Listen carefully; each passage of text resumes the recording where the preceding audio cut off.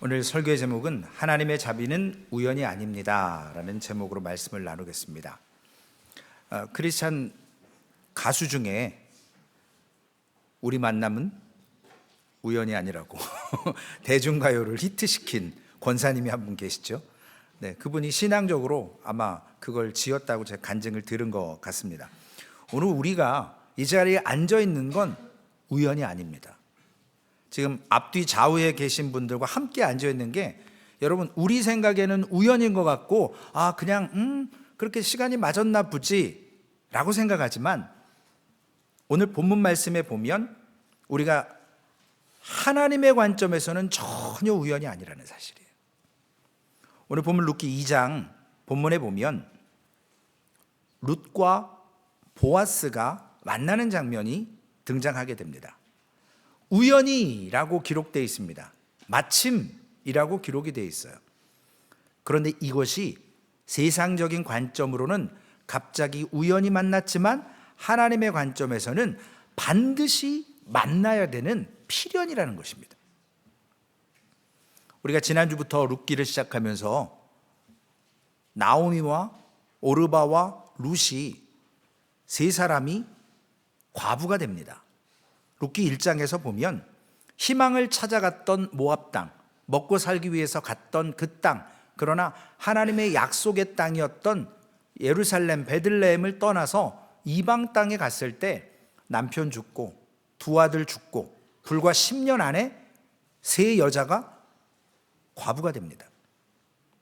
근데 마침 자신의 고향 땅, 나오미의 고향 땅 베들레헴에 하나님이 양식을 주셨다, 흉년 가운데 풍년을 주셨다라는 소식을 듣고 이 세 여자가 다시금 돌아가려고 합니다. 그때 룻이 두 며느리에게 얘기하죠. 너희 친정으로 돌아가라. 영어 성경을 보면 너희 남편 될 사람들에게로 가라라고 기록하고 있습니다. 왜냐하면 아직 진짜 청상 과부거든요. 아직 젊어요. 충분히 삶에 희망이 있을 것처럼 보이는데 나오미는 자신이 더 이상 아들을 낳을 수 없고 언제 낳아서 언제 키워서 이 두 며느리에게 다시 아들을 주겠냐는 거예요. 그때 룻만, 오르바는 자신의 친정으로 돌아가서 아마 시집 갔을 겁니다. 그런데 두 과부 룻과 나오미 시어머니가 오는 그 인생의 삶 속에는 예루살렘에 곡식이 있다라는 소식 외에는 인생에 아무런 소망이나 기대가 없습니다. 그들이 성에 이르렀을 때 룻을 알아본 것이 아니라 많은 사람들은 나오미를 알아보죠. 룻은 지금 누군지 모르는 거예요. 그때 이가 나오미 아니냐? 그러면서 오늘 본문 앞절에 있는 룻기 1장 20절에서 21절에 보면 나오미가 그들에게 이르되 나를 나오미라 부르지 말고 나를 마라라 부르라. 이는 전능자가 나를 심히 괴롭게 하셨습니다. 내가 풍족하게 나갔더니 남편이 있었죠. 두 아들이 있었죠. 세상 남부러울 거 없었습니다. 그리고 희망을 찾아 모압으로 갔었습니다. 그런데 여호와께서 내게 비어 돌아오게 하셨느니라. 여호와께서 나를 징벌하셨고 전능자가 나를 괴롭게 하셨거늘 너희가 어찌 나를 나오미 기쁨이라고 하느냐. 나를 슬픔, 괴로움, 쓰라림, 마라라고 불러라. 전능자가 나를 괴롭게 했다는 겁니다. 하나님을 원망하는 게 아니고요. 여러분 우리 인생에 저보다 다 연배가 있으신 분들이 더 많을 수도 있고 우리 젊은 청년들 앞으로 고생 좀 해야 되겠지만 인생 가운데 반드시 하나님은 고난이라는 것을 배열해 놓으십니다. 왜냐? 나의 잘못된 선택과 하나님에 대한 삶을 선택할 거냐, 모압을 선택할 거냐, 그걸 통해서 하나님은 때로는 징벌하시기도 하셔서 하나님을 인정하게 하시고 하나님의 말씀에 순종하도록 우리를 인도하시는 것입니다. 나오미는요, 자신을 포장하지 않았어요. 아닌 척하지 않았어요. 나를 말하라. 난 이제 남편도 아들도 나도 과부, 내 며느리 이방 여자 룻도 과부, 우리 이제 아무것도 없이 그냥 이 땅에 풍년이 들었다라는 소식 때문에 다시 먹고 살려고 고향 땅으로 돌아온 것뿐입니다. 여러분, 우리가 빈손이 돼야만, 내 마음이 공허해져야만 우리는 하나님을 기억할 수 있고 하나님의 시각으로 나를 볼 수 있어요. 우리가 빽이 있고 의지할 게 있죠. 그러면 내 육신의 눈으로만 봐요. 근데 정말 세상 아무 비빌 언덕이 없으면요, 스스로 자책하다가 분명히 창조자가 있지, 전능자가 계시지, 그러면 내가 내 모습을 하나님의 시각으로 볼 수 있게 되는 그러한 기회가 옵니다. 근데 그 기회는 고통한 때 와요. 쓰라릴 때 옵니다. 비어 있을 때 옵니다. 그래서 우리에게 심령이 가난한 자는 복이 있나니 그랬어요. 우리의 심령이 가난해야만, 세상 의지할 게 없어야만 하나님을 찾는다니까요. 근데 여러분, 아직 자랑할 게 있고 빽이 있고 비빌 언덕이 있으면 우리가 그때 하나님 찾으면 믿음 좋으신 거고, 대부분의 사람은 다 없어야만, 빈 마음이어만 하나님의 섭리와 계획을 바라볼 수 있는 육신의 눈이 아니라 영적인 시각이 열려지게 됩니다. 그때서야 내가 괴롭지만, 육신은 곤고하지만 하나님이 나의 삶을 치유하시고 어루만지십니다. 여러분, 건강할 때 병원 가십니까? 안 갑니다. 물론 정기 체크업하러 가시지만 어디가 좀 안 좋아야 병원에 갑니다. 그래서 내가 알지 못하는 이 고통이 어디서 오는지 전문가를 통해서 사진도, 엑스레이도 찍고 피검사도 하고 이러면서 점점점 원인을 좁혀가는 것입니다. 룻기 1장 22절에 보면 나오미가 모압 지방에서 그의 며느리 모압 여인 룻과 함께 돌아왔는데 그들이 보리 추수 시작할 때에 베들레헴에 이르렀더라. 우리는 항상 때가 중요하잖아요. 아침 되면 시간 딱, 예를 들어서 7시면 아침 먹어야 되고 12시면 점심 먹어야 되고 한 6시나 5시면 저녁 먹어야 되고, 삶 속에 익숙한 시간들이 이렇게 정형화돼서 딱 굳어져서 배 안 고파도 그때 되면 먹어야 되고 그때 되면 자야 되고 그때 되면 뭐 해야 되는 거예요. 나 자신이 만들어 놓은 어떤 그런 시간표입니다. 그런데 오늘 두 과부가 베들레헴에 딱 도착했는데 마침 보리를 추수하는 패스오버, 유월절이에요. 이것도 우연히가 아니라는 겁니다. 유월절은요, 구약 성경에 보면 하나님의 구원의 길이 열리는 순간입니다.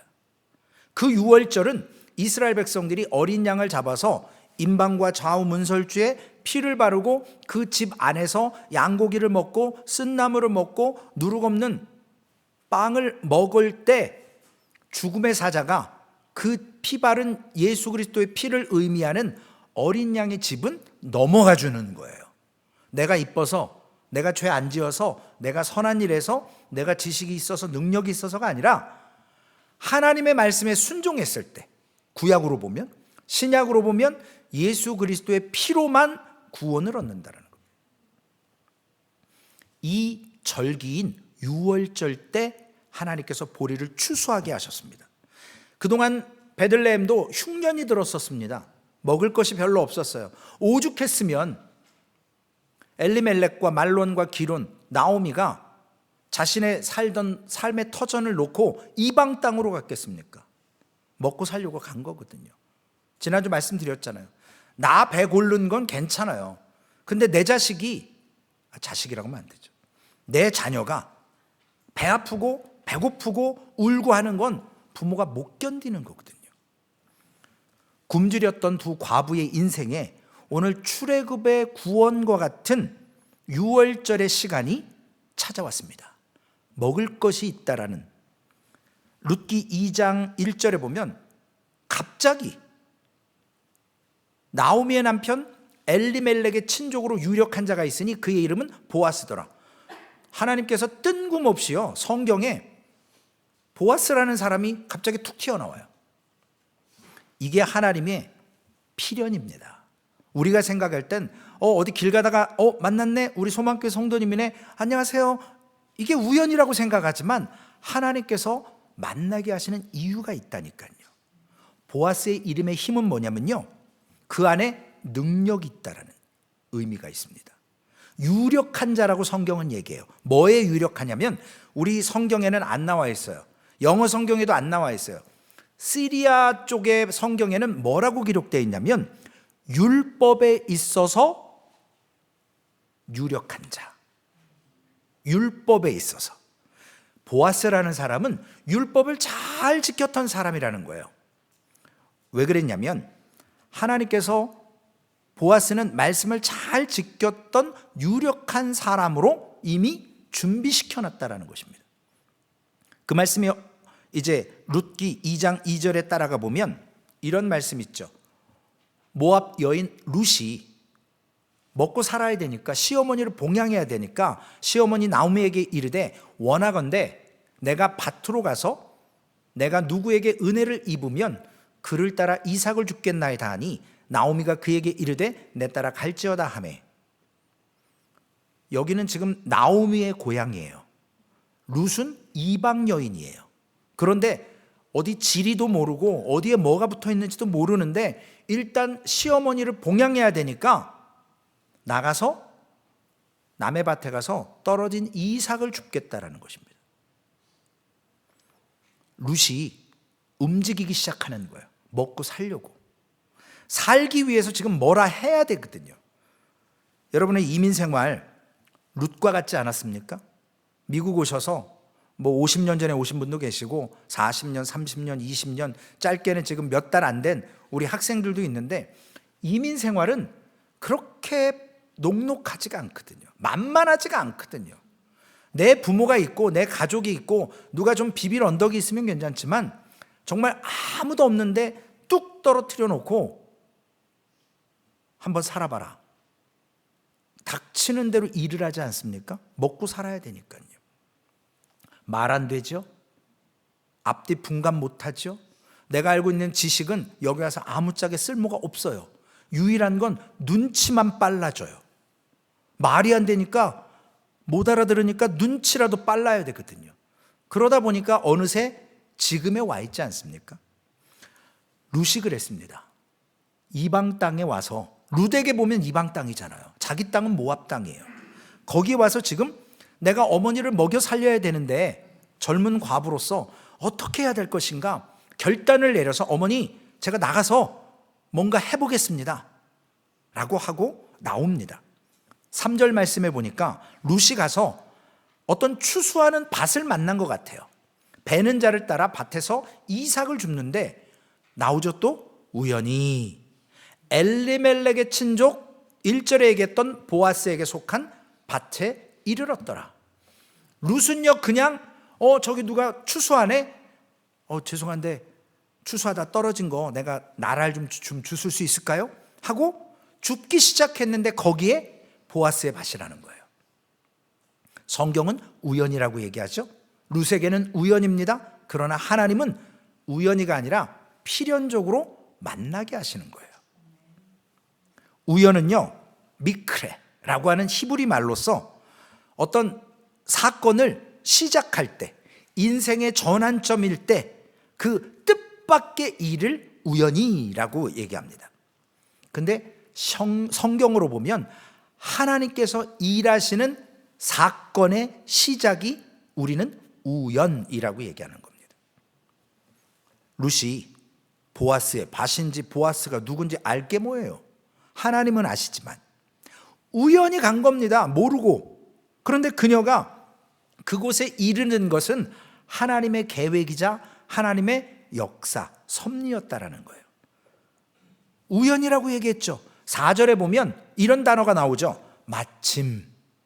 이제 막 보아스의 밭인지 뭔지 모르고 일 시작 딱 했는데요. 허락받고 나랄 떨어진 거 죽고 있는데 보아스가 따단 하고 나타납니다. 왜냐? 만나야 뭔가 일어날 거 아니에요. 그러니까 하나님이 보아스를 그때에 보내시는 겁니다. 룻도 먼저 보내고, 마침 보아스가 베들레헴에서부터 와서 베는 자들에게 이르되 여호와께서 너희와 함께 하시기를 원하노라 하니 그들이 대답하되 여호와께서 당신에게 복 주시기를 원하나이다.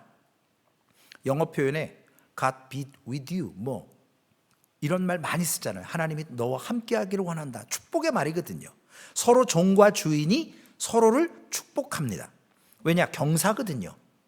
곡식 빼는 날은요, 양털 깎는 날은 이스라엘에게 있어서 수입이 들어오는 날이기 때문에 아주 경사스러운 날입니다. 축제를 벌이는 날이에요. 이날 하나님의 섭리가 마침, 한국말로 얘기하면 보라, 영어로 얘기하면 but, 상황이 확 바뀌는 거거든요. 우연히가 아니라 마침 하나님께서 이걸 오늘 설교의 제목인 하나님의 자비, 은혜, 인애라고 하는 히브리 말 헤세드, 하나님의 일하심이, 하나님의 은혜가 시작되는 것입니다. 여러분, 하나님이 우리를 후 불면 우리는 바람 앞에 촛불과 같은 거거든요. 오늘 본문의 시대에는 어떤 시대였냐면 당시에는 왕이 없었습니다. 이스라엘의 아직 왕정 시대가 시작되기 전이었어요. 그래서 사사라고 하는 그 저지들이 있었던 때입니다. 왕이 없고요. 사사기 17장 6절에 보면 그때에는 이스라엘의 왕이 없으므로 사람마다 자기 소견에 옳은 대로 행하였더라.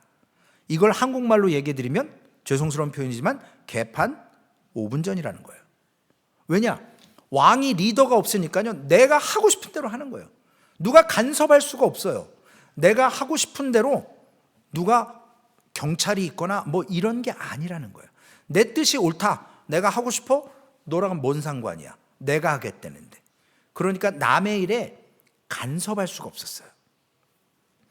이런 때 여러분, 어떤 인애가 있고 어떤 자비가 있고 어떤 돌봄이 있겠습니까? 법도 없고 누가 인도하는 사람이 없는데 나만 지금 잘 먹고 잘 살면 되는 거예요. 남은 옆에서 굶어 죽든 아무 상관없어요. 우리가 흔히 사랑이 없다라고 얘기하죠. 서로 돌봐줘야 된 친족 사이에도요, 나 살기 바빴기 때문에 관심 없습니다. 가족이 죽든지 말든지 나만 아니면 되는 거예요. 그런데 이런 의무라든지 도움 이런 게 전혀 없는 사사시대에 지금 룻이라는 여자가, 이방 여자가 예루살렘에 와서, 베들레헴에 와서 그 축제가 벌어지는 거기에서 이삭을 어머니를 위해서 줍고 있다라는 것입니다. 레위기 19장 9절과 10절에 너희가 너희의 땅에서 곡식을 거둘 때 너는 밭 모퉁이까지 다 거두지 말고 내 떨어진 이삭도 줍지 말며, 중간부터 읽겠습니다. 가난한 사람과 거류민을 위하여 버려두라. 나는 너희의 하나님 여호와이니라. 너무 챙기지 말라라는 거예요. 이삭이 떨어진 거 지나가는 나그네나 그 가난한 사람들이 주워서 먹을 수 있도록 그냥 곡식 단만 추수하라라는 거예요. 이게 하나님의 법이에요. 그러니까 지금 이방 여자가 왔는데 보아스의 종들이 그걸 줍도록 내버려 두는 겁니다. 여러분, 흘려보내는 역사가 있어야 돼요. 악착 같으면요, 오래 못 갑니다. 찔러도 피 한 방울 안 난다는 사람들 있잖아요. 그런 사람들 잘 먹고 잘 살 것 같지만 금방 훅 가요. 세상 말로. 왜냐? 나만 하다가 다른 사람 돌아보지 않아서 빼앗겨 버립니다. 오늘 보아스는 말씀에 따라서 종들에게 얘기했을 거예요. 곡식단 딱 거두면 그걸로 앞으로 계속 추수해 가는 걸로 끝나지, 떨어진 나랄들 빗자루로 쓸어서 진공청소기로 빨아들여서 다 거두지 말라라는 거예요. 왜냐? 말씀에 기록되어 있잖아요. 율법에 유력한 자라니까요. 하나님의 말씀을 지키는 사람이에요. 그래서 룻기 2장 11절 12절 말씀, 이번 주 암송 말씀 무지 길죠. 그러나 한번 암송하실 분들 암송하고 읽어보실 분들 함께 읽겠습니다. 시작. 보아스가 그에게 대답하여 이르되 내 남편이 죽은 후로 내가 시어머니에게 행한 모든 것과 내 부모와 고국을 떠나 전에 알지 못하던 백성에게로 온 일이 내게 분명히 알려졌느니라. 여호와께서 내가 행한 일에 보답하시기를 원하며 이스라엘의 하나님 여호와께서 그의 날개 아래 보호받으러 온 내게 온전한 상 주시기를 원하노라 하시니라. 드디어 보아스가 이삭을 줍는 이방 여인 룻을 만났습니다. 이미 소문 다 났을 거예요. 제가 오늘 강단에서 이상한 소리 하면 아마 불과 한두 시간 안에 위치타에 소문이 쫙 날걸요? 그렇죠? 최진 목사가 이상한 소리 했어. 누구를 씹던데? 누구를 뭐라 그러던데? 교회 나간 사람 뭐라고 했어? 이러면 동네 방네 소문 다 나요. 제가 그분들은 안 만나지만 이미 다 알고 있어요. 당시에도 그랬다니까요. 당시에도 보아스가 지금 룻을 처음 만나지만 이미 소문으로 나오미에게 과부 며느리가 따라왔다는데 지금 먹고 살겠다고 아둥바둥 산다는데 누군지 몰랐죠. 근데 웬걸요? 자기 밭에 와 있는 거예요. 그러니까 누군지를 알잖아요. 소문을 들어서. 그러면서 룻에게 얘기합니다. 다른 밭으로 가지 말라고. 그리고 종들에게 얘기합니다. 물 떠온 거 너네만 먹지 말고 이 여자도 먹게 하고 또 밥 먹을 때 같이 먹게 합니다. 성경에 뭐라고 되어 있냐면요, 보리 이삭을 한 에바, 지금으로 얘기하면 12파운드예요 12파운드. 여러분 12파운드 이삭 줍는다고 생각해 보세요. 잠깐 영어 성경에 보니까 쉘터에서 쉰 것 빼곤 하루 종일 시어머니 먹여 살리겠다고 이삭을 허리 굽여서 주웠다는 거예요. 12파운드나. 대단하지 않습니까? 대단한 거예요. 눈치 보였을 거예요. 너무 많이 주웠나? 저 종들이 나를 쫓아내면 어떡하지? 그럼에도 불구하고 그들은, 보아스는 룻에게 이야기합니다. 이 밭을 떠나지 말라고. 고고학자들이 얘기합니다. 12파운드면요 두 과부가 한 달 정도 먹을 수 있는 양이래요. 그 정도로 하루에 그만큼 양을 거둬들였습니다. 열심히 일했다는 거죠. 생각해 보세요. 얼마 전까지 절망과 배고픔과 아픔 가운데 있던 두 과부에게 이 지금 12파운드의 보리 알곡은요, 에바는요, 축복이거든요. 기쁨입니다. 지난 금요일 날 예배 끝나고 기도하고 있는데 사모가 저를 툭툭 쳐요. 그래서 나오래나? 그래서 나가봤더니 이빨 다 빠지고 웬 남루한 할머니가 유아올 트럭을 하나 몰고 이사를 왔대요. 아파트는 구했는데 차 기름이 없어서 지금 못 간다는 거예요. 그래서 우리 청년하고 성도님하고 얘기를 하고 있더라고요. 그래서 제가 서랍에서 20불짜리 하나 봉투에 넣어서 이렇게 주머니에 넣고 가서 얘기 좀 들어주다가 이걸로 가스비 하십시오. 교회에서 주는 겁니다. 라고 하고 허그하고 그리고 이렇게 기쁜 마음으로 돌아갔어요. 여러분, 교회는요 인색하면 안 돼요. 물론 우리가 다 도와줄 수는 없어요.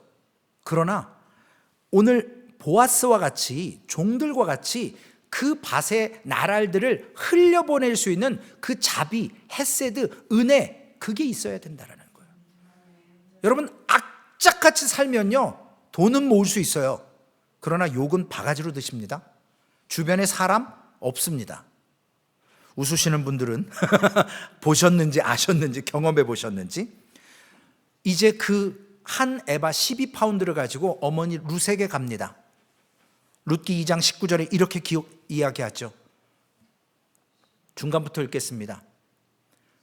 룻이 누구에게 일했는지 시어머니에게 알게 하여 이르되 오늘 일하게 한 사람의 이름은 보아스이니다. 여러분, 룻이 보아스를 모르겠어요? 자기의 가장 가까운 기업물을 짜 친족인데요. 생각해 보세요. 한편으론 이런 마음도 들었을 거예요.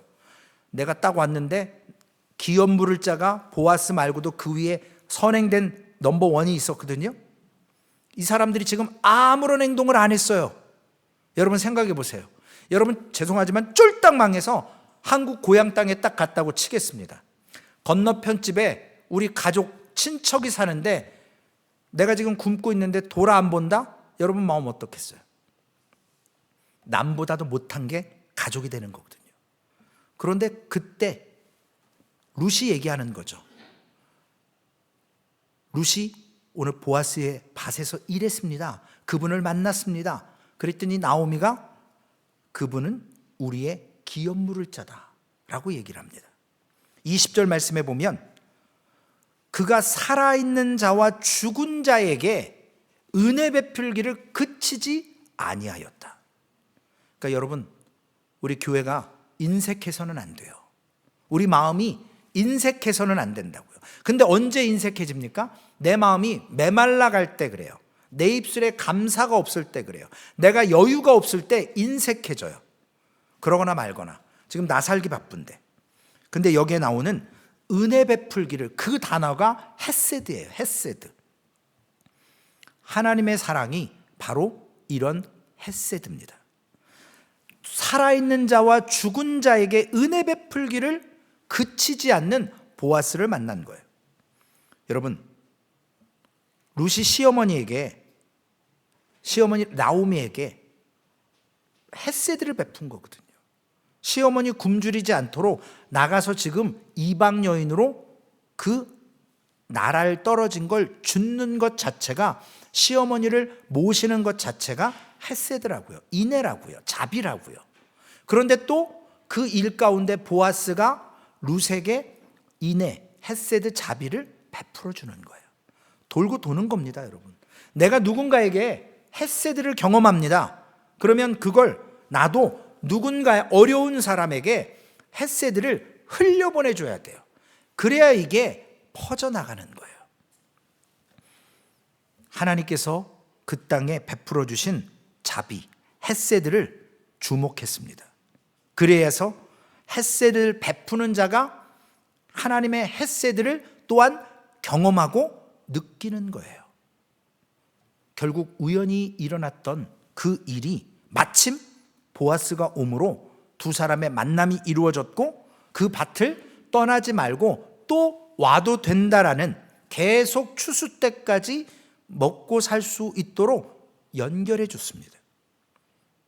하나님의 이 자비를 우리가 풍족히 경험할 때 나오미의 그 마라라고 하는 쓰라린, 말라 비틀어진 그 강팍한 마음에 하나님이 돌보신다라는 걸 깨닫는 겁니다. 여러분 삶에 하나님께서 어루만져 주실 때가 있지 않습니까?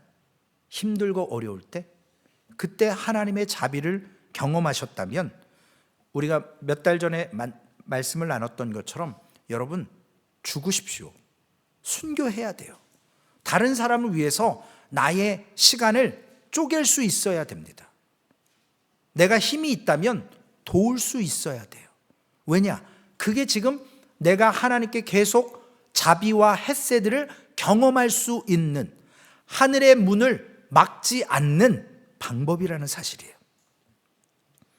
이처럼 내가 누군가에게 통로가 될 수 있는, 연결시킬 수 있는 그러한 삶을 하나님은 살도록 원하십니다.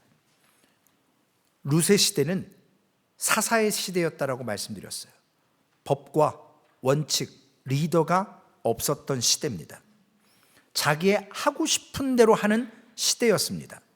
우리도 지금 어떤 시대를 삽니까? 제가 로스에 갔더니요, 교회 뭐 산다고 스티브 성도님하고 로스에 갔는데, 그 이제 교회 세금 그 텍스 이그잼을 쓰면 꼭 그 직원한테 사인을 해줘야 돼요. 그래서 사인을 해주는데 그분이 저한테 볼펜을 딱 넘기는데, 남자분이고 수염도 싹 기르고 연세도 있으세요. 한 60 넘으셨는데 손에 매니큐어를 얼마나 예쁘게 칠하셨는지요. 제가 사인을 하려다가 흠집 놀랐어요. 그래서 이거 상대방한테 또 신뢰하는 거 아닌가? 그리고 태연하게 사인을 해주고 나오면서 스티브한테 얘기했더니 더 잘하시더라고요. 그분이 그전에는 또 다른 또 패션에 이렇게 하셨대요. 누가 뭐랍니까? 매니큐어를 칠하든 제가 다음 주에 머리를 파마로 밀고 이렇게 하든 여러분들이 저한테 뭐라고 말씀하시겠습니까? 그런데 이러한 시대에 우리가 각자 하고 싶은 대로 하는 시대 가운데 내 유익이 기준이 되어버리면요, 공동체에 절대로 헌신하지 않습니다. 지난주에 선교 바자회로 여러분들 7,400, 제가 정확히는 기억이 안 나는데 주보에 선교 헌금에 입금이 되어 있습니다. 7,455불 24전이 모아졌습니다. 여러분들의 수고와 헌신이 너무나도 귀합니다. 이 헌금은 선교지를 위해서만 쓰여져야 합니다. 왜냐? 우리를 통해서 복음을 갈망하고 있는 영혼을 하나님이 아시기 때문에 우리를 통해서 일하시기 위해서 우리에게 하시는 겁니다. 그런데 여러분, 교회 일은요, 내 가치가, 내 유익이, 내 생각이 우선이기 때문에 분명히 잡음이 있어요. 아직 우리가 연약하기 때문에 다 흡수해 줄 수 없습니다. 다 포용할 수 없습니다. 그렇기 때문에 교회는요, 교회 일을 여러분 너무 많이 알려고 하지 마세요. 깊이 알려고 하지 마세요. 하나님을 깊이 하셔야 돼요. 왜 교회 일을 깊이 하시려고 그러세요? 아셔서 뭐 하시려고요? 아무 유익이 안 돼요. 하나님을 깊이 아시라고요. 그래야만 하나님께서 나에게 헤세드를 주셔서 내가 누군가에게 자비로, 은혜로 나눌 수 있다는 겁니다. 결론의 말씀입니다. 하나님은 지금도 하나님의 나라를 위하여서 하나님의 가치를 생각하며 묵묵히 시간을 쪼개고 삶을 쪼개서 하나님의 자비를 이루어가는 헤세드, 그 이내의 사람을 소망교회에서 찾으십니다. 하나님은 우리가 이 땅에 베푸시는 작은 헤세드를 주목하고 계세요. 여러분들의 어떤 능력을 통해서 하나님이 기뻐하실 수도 있지만 우리가 보이지 않는 거, 오른손이 하는 거 왼손이 모르도록 섬길 때, 헤세드를 나눌 때 하나님은 그 한 사람에게 주목하셔서 하나님의 은혜를 베풀어 주십니다. 이것이 우리의 메말라진 마음을 회복시키는 거예요. 여러분 많이 상처받으시잖아요. 오늘 혹시 모르겠습니다. 목사의, 제 말은 아니지만 설교를 통해서 내 얘기하는 거구나 이러고 또 억하심정 가질 수도 있겠지만 그 상처를요 오래 품고 있으면 결국은 내가 하나님의 통로가 되는 걸림돌이 되어버립니다. 오늘 여러분, 하나님이 작정하신 일에는 우연이 없습니다. 오늘 여러분이 이 자리에 앉아 계신 것도 절대로 우연이 아니라는 사실이에요. 우리를 포기하지 않는 하나님께서 충성스럽게 베풀어 주신 그 인애, 헤세드를 통해서 오늘 더 많은 사람이 소망교회를 통해서 우리 사랑하는 성도님들 한 분 한 분을 통해서 구원 받을 수 있도록 우리를 사용하실 줄로 믿습니다. 오늘 예수님께서 종료주일이라 어린 낙이 타고 예루살렘에 입성하세요. 그 입성하시는 모습 속에 호산나 호산나 외쳤지만 그들은 불과 3일 후에 예수님을 십자가에 못 박아라 난동 부리는 사람으로 바뀌어집니다. 하나님의 자비를 경험하고 나서도 자비를 베풀 줄 모르는 심령들이 있습니다. 오늘 그러나 우리는 하나님의 자비가 우연하지 않다라는 것, 내가 소망교회에 와서 앉아있다라는 것, 내가 소망교회 성도라는 것 결코 우연이 아니라는 겁니다. 좀 듣기 싫어도 여러분, 하나님의 시선을 주목하셔야 돼요. 사람에게 주목하지 마시고 교회에 주목하는 게 아니라 하나님을 주목하십시오. 그러면 문제가 쉽게 풀립니다. 그 삶 속에 우리 소망교회가 서로 아름답게 합력해서 선을 이루고 충성되이 주님의 부름에 합당하게 하나님의 자비를 우연이 아니라 끊임없이 헤세드로 나누는 그러한 귀한 성도님들과 교회 되시기를 주님의 이름으로 축원을 드리겠습니다. 기도하시겠습니다. 아버지 하나님, 우리는 때때로 이게 갑자기 일어난 일이고 이건 우연이다 라고 생각하겠지만 하나님의 섭리와 계획 안에 모든 것이 있음을 우리는 은혜 받을 때, 하나님의 헤세드를 경험할 때 깨닫습니다. 룻이 알지 못하고 보아스의 밭에 들어갔고 또 마침 보아스가 그 밭에 와서 룻을 만났습니다. 주님, 사람의 생각으로는 우연이지만 하나님의 계획 안에서는 이 모든 것이 우리 사랑하는 성도님들 한 사람 한 사람 이 자리에 앉아 있고 우리가 성도로 묶어주신 것도 하나님의 필연입니다. 주님, 감당해야 합니다.